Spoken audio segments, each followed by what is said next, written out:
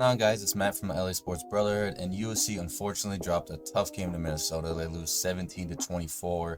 They dropped to 3-2 and out of the AP poll top 25. Now, this was an incredibly frustrating game. It was a clear trap game, but honestly, I think it's important to realize this was more than just a trap game where we didn't play well. I think USC has some real problems, and maybe this team just isn't as good as we think.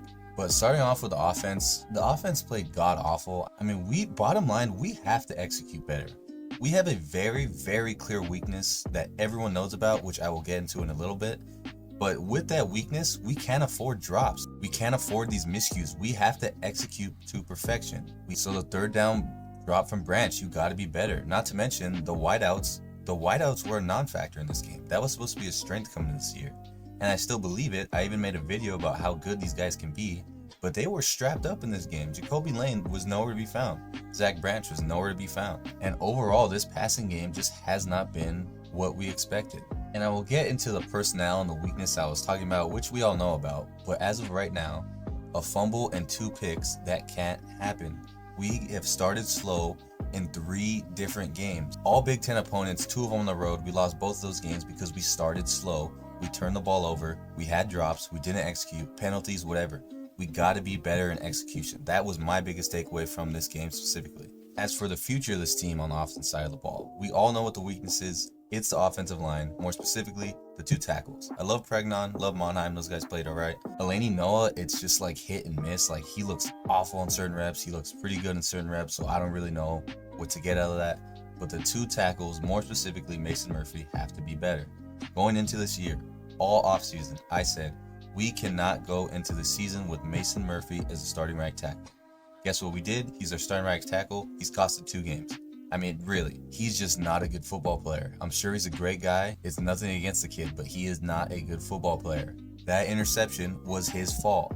I mean, he's so bad, and this offensive line is so bad that they have cost 2 games. Think about it. If you took that 2022 unit that almost went to the playoffs, if you put that offensive line on this team, we are 5-0 right now, and we're a top 10 team. Because you lose by a touchdown on the road in Minnesota, you lose by 3 points on the road at Michigan.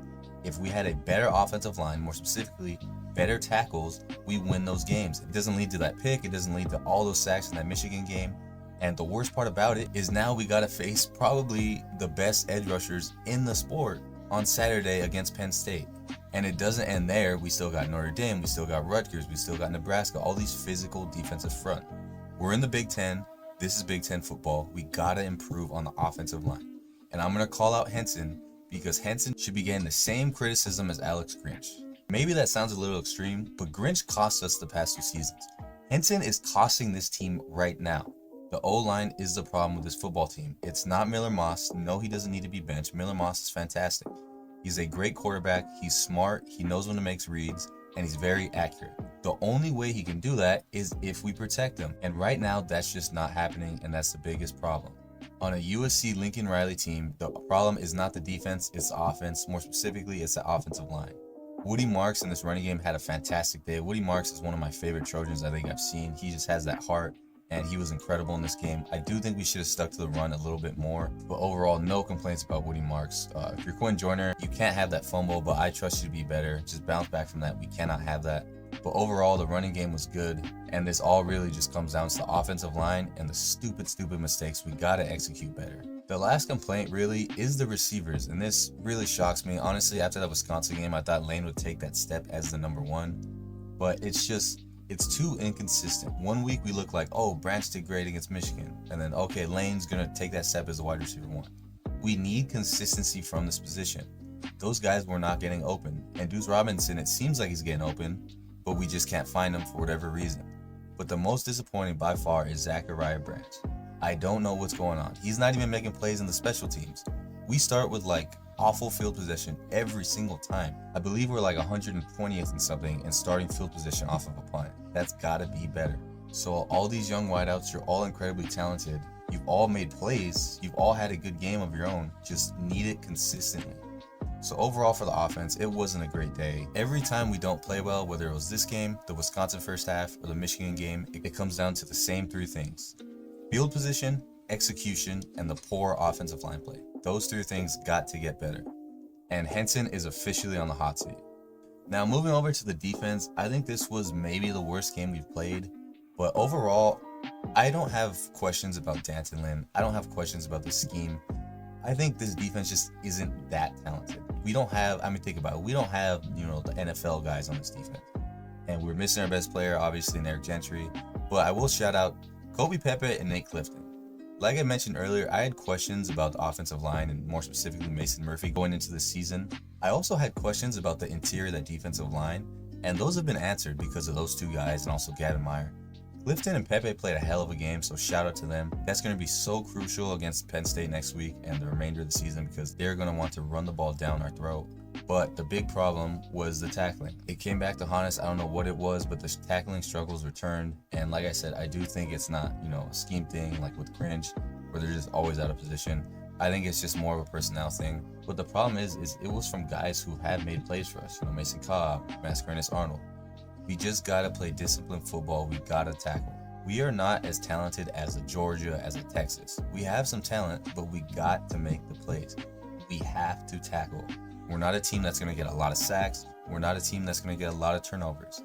We just need to bend but not break and make the tackles. It didn't happen in this game and it ended up costing us. But like I said, I'm not too worried about this defense in terms of like the rest of the year or even the future past this year. I believe that this defense will keep us in pretty much every game. If you look at the schedule, there's not one offense that's like super explosive. Honestly, LSU may have been the best offense we'll face all year. So I trust this defense to keep us in every single game. The biggest concern and the biggest question is going to be that offensive line. So overall, there are big concerns about this team, more specifically because of the fact that we're 3-2 and we still have so many tough games. Obviously, you got Penn State and Notre Dame. But don't forget about Rutgers. Don't forget about Nebraska, Washington. Those games are going to be tough. What makes this so hard for us is our weakness that everyone knows about, the offensive line. That weakness will have to go up against the strength of every team we're going to play, which is that defensive line. Penn State, that's their strength. Notre Dame, that's their strength. Rutgers, that's their strength. Nebraska has a good front. So this weakness will be tested every single game. And so what I think every game will come down to for this USC team, I believe that our defense will keep us in the game. It's going to come down to, can we protect Miller enough? Can we execute and not turn the ball over enough? Can we get better field position? The offense is a problem. They gotta get better. But anyways, I don't think that all hope is lost. I think that the future for this program is still very bright. Right now, this team just isn't as talented as, a Pete Carroll team. And, I think none of us expected that. None of us thought we were going to win a championship this year. I think that LSU game got our hopes up for a playoff. And playoff is still in front of us. But if we don't make the playoffs, I don't think it's a failure. If we go 9-3, we beat our rival in Notre Dame, that's still a solid season. This season was meant to be an improvement from last year so our recruiting can get better. And once we get that 5-star talent, then we start competing for titles. But anyways, that's going to do it for the video. Thank you guys so much for watching. Stay tuned for more Trojan content and fight on.